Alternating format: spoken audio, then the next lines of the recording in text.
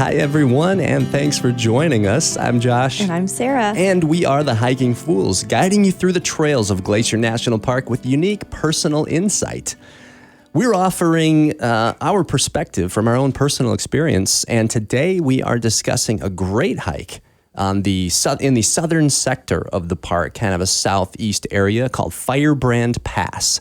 And it's beautiful. It's in its own unique way, and it's less traveled. And so we really want to take you there and give you a chance to experience it before you get out on the trail. Yeah, as Josh said, this is a part of the park that rarely gets visited. So if you're looking for a place to go hike that you're not going to encounter a lot of people, a lot of traffic, this is the hike for you.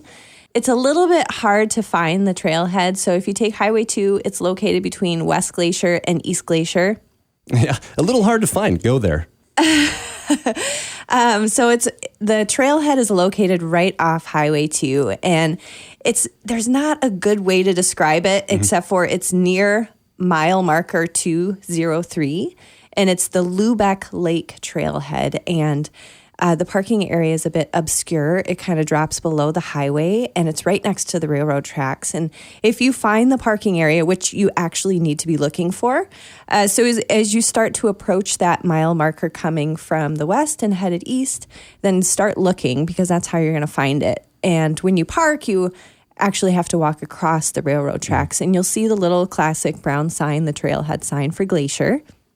Yeah. So it's pay attention, and the trailhead starts lower than the road and right near the railroad tracks. So you look at, you can find it by using the mile marker, and it's a good way to kind of get off the beaten path. Let's go ahead and talk about the hike itself, so you know what you're getting into. The Firebrand Pass hike is about a 10-mile round trip and about 2,200 feet of elevation gain. So over the 5 miles there, that's a 1-to-2 ratio. I think we've talked in the past about, the gold standard of trails in Glacier Park being 1,000 feet of elevation gain per mile, the 1-to-1 ratio. And this is about a 1-to-2. So, it's not super difficult, but you will definitely hit some slopes. And the pass itself is at about almost 7,000 feet. 6,951 is Firebrand Pass. And it takes a little effort to get there, but 10-mile round trip, if you've been listening to us for a while, this is like moderate. This is medium. Those of you who are hikers and somewhat experienced can tackle this no problem. What do you think, about 4 or 5 hours total, I would say, right? Yeah, and that's something we also like to say. It's about take your mileage, divide by 2, and that's the average number of hours that it's going to take you to complete almost any hike in Glacier, obviously. If it's less steep, then a little quicker. And if it's steeper than the 1-to-2 ratio, then it's going to take longer than that. But plan 5 hours. And if you're quick, then it can be a half day. And there isn't a lot of water located on this trail, so make sure you bring whatever you need for drinkage and snacks. As far as that goes, bring your snacks too. But there are some foodies on the trail. This trail is pretty overgrown with thimbleberries. So if you come at the right time of year, you will encounter thimbleberries and huckleberries as well. So natural forest snacks. You can forage. You can forage a little. I'll tell you what, though, that makes a portion of the trail somewhat difficult, because thimbleberry bushes, if you've seen them, they got what looks like a huge maple leaf. It's a 5-point leaf, and it's got a kind of a star blossom in the early season, a white star-looking blossom. And the thimbleberry is like a delicate raspberry, but it's a big bush. It leans over the trail, and this is a trail. It's a positive, really, if you want to get off the beaten path. That is a little overgrown at times, so be ready to kind of walk through foliage you're up to your waist or past. Yeah, we've been on this trail a few times, and every time it's pretty well overgrown, so it's perfect habitat for bears. So make sure you make plenty of noise, keep your bear spray on the front of you there. But we had some vegetation right around chest high for me, even. And so a cow parsnip, which is something you don't want to touch. So you got to kind of navigate your way through it. I know the Park Service does a pretty good job of keeping up with trails, but it's hard. There's a lot of trails in the park, so this one is a little bit overgrown, but you can definitely get through. But if it's just rain, make sure you bring maybe some rain pants, or you're going to be pretty well soaked by the end of it. Another tip to that too, if it's a little bit wet, is we like to wear scree gaiters, and that kind of protects your shoes a little bit from, getting a little bit soaked and, we often A waterproof. little bit. No, a squishy, sloppy soaked. You and me and my brother did this a couple of years ago. And if it's wet, we were in the morning, and I'm sorry, it was raining all day long. It pretty well poured the entire day. We watched, Diehards. We saw the radar. Always go. We saw the radar, and the rain was just hanging over. We kept thinking that it was gonna, brush, go past us. But anytime you're traveling, think about this. Anytime you're traveling west to east, around here, most of the weather comes from the west. So if you think you're going to drive out of it, no, it just follows you and hangs over you like a dark cloud. But always go. We will always remember that hike. But I do remember sloshing around after the first couple of miles, and then you still have, the rest of the 10 to go.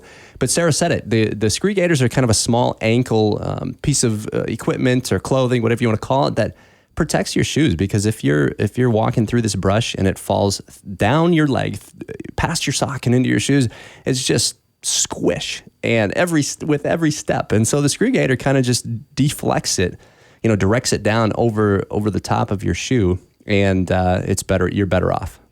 Let's get into a little bit of history. So the Blackfeet kind of called this trail in the pass area the Bad Road, and we're not really exactly sure why. I did a little research on that, and we're thinking maybe it's because this was kind of a crossing between two tribal territories, so kind of a risky area there. But the present name is because of the forest fire of 1910 that blew across the pass to the east side with strong winds, and it kind of carried like big chunks of branches, of flaming branches across, and kind of started the fire on the east side. So Firebrand Pass. Wow. If you've ever seen a wildfire, it's the most devastating, awe-inspiring, crazy, emotional thing to see. And it's often the case here in the fall in Northwest Montana. But we've had a good year this year, and Firebrand Pass, it just sounds cool, like Firebrand Pass. Actually, this is a great trail to do in the fall. One you have to worry about a little bit in early season, because there is a snowfield that likes to linger, and it's pretty close to the pass there, and it could be a little bit unsafe for you to cross. Some people, depending on how big it is, will drop down a little bit and go around it. But if you have good equipment and you feel comfortable enough to cross it, you can get some spikes that go over your shoes, and poles are very helpful too. But the snowfield kind of angles at a steep way. At a good angle. Yeah, I remember we didn't all have poles when we were there. We shared one, my brother and I, just on the low side. But there was, especially in the rain, I mean, this was, I can't remember, June, July, early season as far as Glacier goes. And it was slick. And so, be prepared for snowfield. There's one notorious snowfield just before the pass. All right, so let's get started here. The trail starts out relatively flat, and it goes through some beautiful forest of aspen. There's some really large rubs along there. I think the elk really, really love to hug this area and kind of hang out in this section of the park. So when you first start out, the aspen trees, especially in the fall, are just beautiful, and they're yellow, and you can see these rubs that are high. I mean, I remember reaching up above my head, and you couldn't even reach them. I mean, these elk are so tall. But like I said, it starts out relatively flat, and you eventually get into some lodgepole pine, and you have a few areas where it opens up, and those are some areas where some snowfields have come down, little avalanche chutes. But you eventually rise out, and the more you do, the views just get better and better, and you kind of get into an open alpine area, and you can kind of see your trail ahead that switchbacks along and below a couple of mountains, which you can climb a couple of mountains when you're up there too. Oh yeah, we'll talk a little bit about that just as options. And it's another hike in Glacier that provides a little bit of everything, kind of an aspen grove, a dense forest, some brush, and a little subalpine and up into slopes. And we're gonna talk a little bit more about what you see on the trail and some options when you get there. But we're gonna take a short break, and we've got another segment coming right up. Stick with us. Ever notice how a good trail mix has all the right stuff? Nuts for energy, raisins for sweetness, chocolate because chocolate. At Freedom Bank, we've got the right mix too. Personalized service, smart solutions, and technology to bank from anywhere in the Flathead Valley or beyond. Proud sponsor of Hiking Fools, because life's better with good snacks and a great bank. Member FDIC. All right, welcome back. We are the Hiking Fools and have been discussing today the Firebrand Pass Trail in the southern sector of Glacier National Park off Highway 2.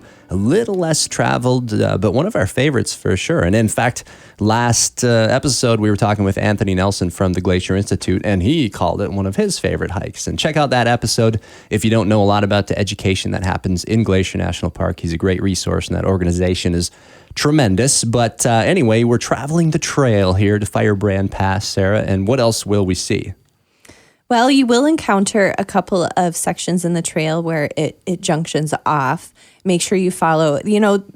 Glacier does a really good job of keeping up signs and where there's junctions. So just keep following the trail to Firebrand Pass, but it does cross over the Autumn Creek Trail, which branches back towards the west there. And then you can also go to East Glacier, pretty close to East Glacier at the trailhead here. And once you start rising up steeply into the alpine area and make your way to Firebrand Pass, you're getting close to Two Medicine. So it's kind of interesting where you're at. We started at Highway 2 and we've kind of re-entered the park, and this trail actually continues on. You can make your way to Two Medicine. There's a backcountry site back in there.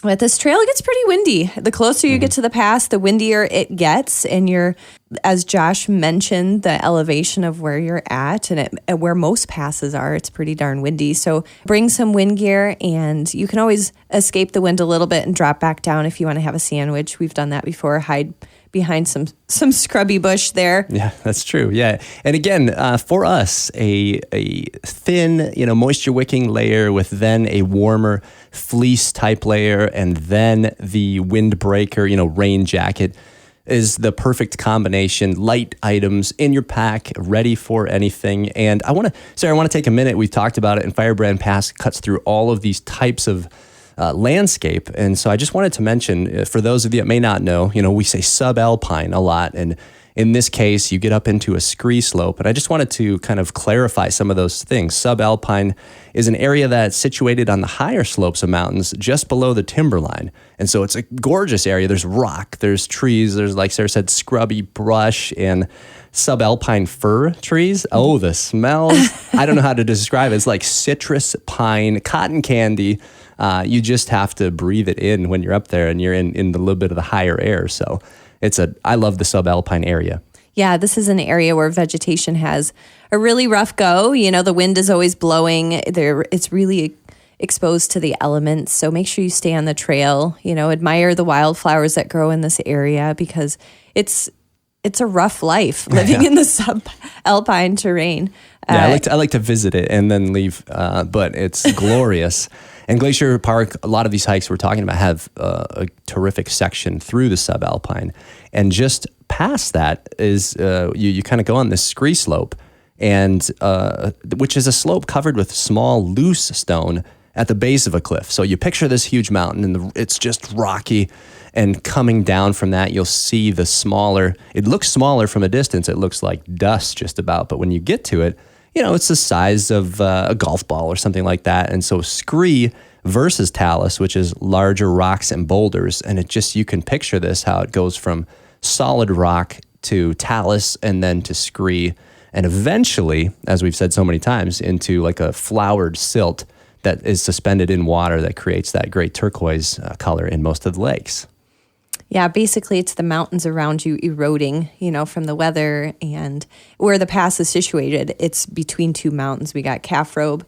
When you approach the pass, you got Calf Robe on your left and you got Red Crow on your right. And those are two pretty easy mountains to climb, and we'll talk about those at a different episode. But you got views down into the Nyack. You got views over into Two Medicine, as we said. And if you turn around, you can see where you've come, and you can see into the plains of Montana a bit in eastern, East Glacier there. So the views are spectacular once you get up there. Yeah, so you're telling me you can see all kinds of things. Oh, it's amazing. It is. It's a great spot. And remember, it's windy. How windy is it? Well, remember on Red Crow, my sunglasses flew off of my face. One of the lenses hit the ground and went I don't know where and broke. And so, secure your items once you get up into this area, because it is windy. Yeah, pass is interesting. It's kind of a low point and a high point. I was thinking about this recently. A pass is between two mountains, and so it's the low point, and the wind obviously runs right through there, kind of like water, the path of least resistance. But it's also a high point. So, when you're traveling the trail and you're going up and over, in that sense, it's a high point. So it's just a lot of exposure. You'll encounter most of the elements, and wind is one thing to really consider. Well, and this trail is located on the eastern portion of the Continental Divide too, which tends to be a little bit windier For sure. naturally. So back to the hike, I just want to say that it might, in our experience, it might register as just a little longer, a little further on your GPS device. And we use Garmin. There are so many other options, but it's kind of nice to keep track of both your elevation and your distance. Don't obsess about it, because then you're thinking, well, I'm almost there. And we've done that. And then it registers just a little farther. So this is one of those, and I'm not sure exactly why, but we like the Garmin Messenger GPS communication device. We use it all the time. We've got kids. We've mentioned that.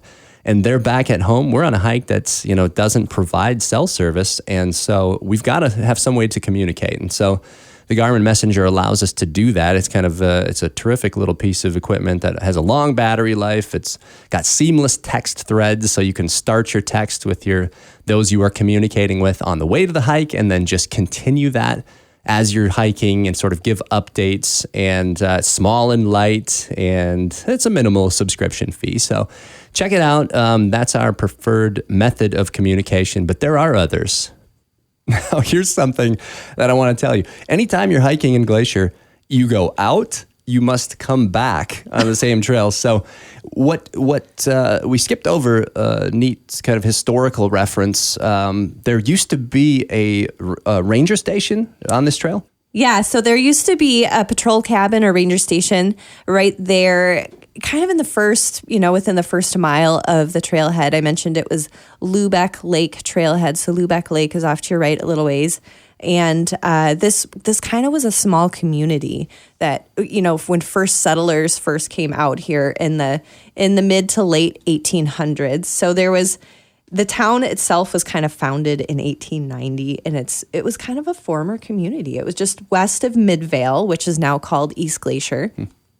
But they had a patrol cabin there in 1909, and there was a couple different families that, they built it and lived there for a while, and it kind of went into a patrol cabin, and then, it got torn down. So that's kind of cool to see. I've kind of looked for it to see if you could see any remnants of it, and I haven't been able to see that, but apparently there used to be one there. It would be kind of a neat place to have one.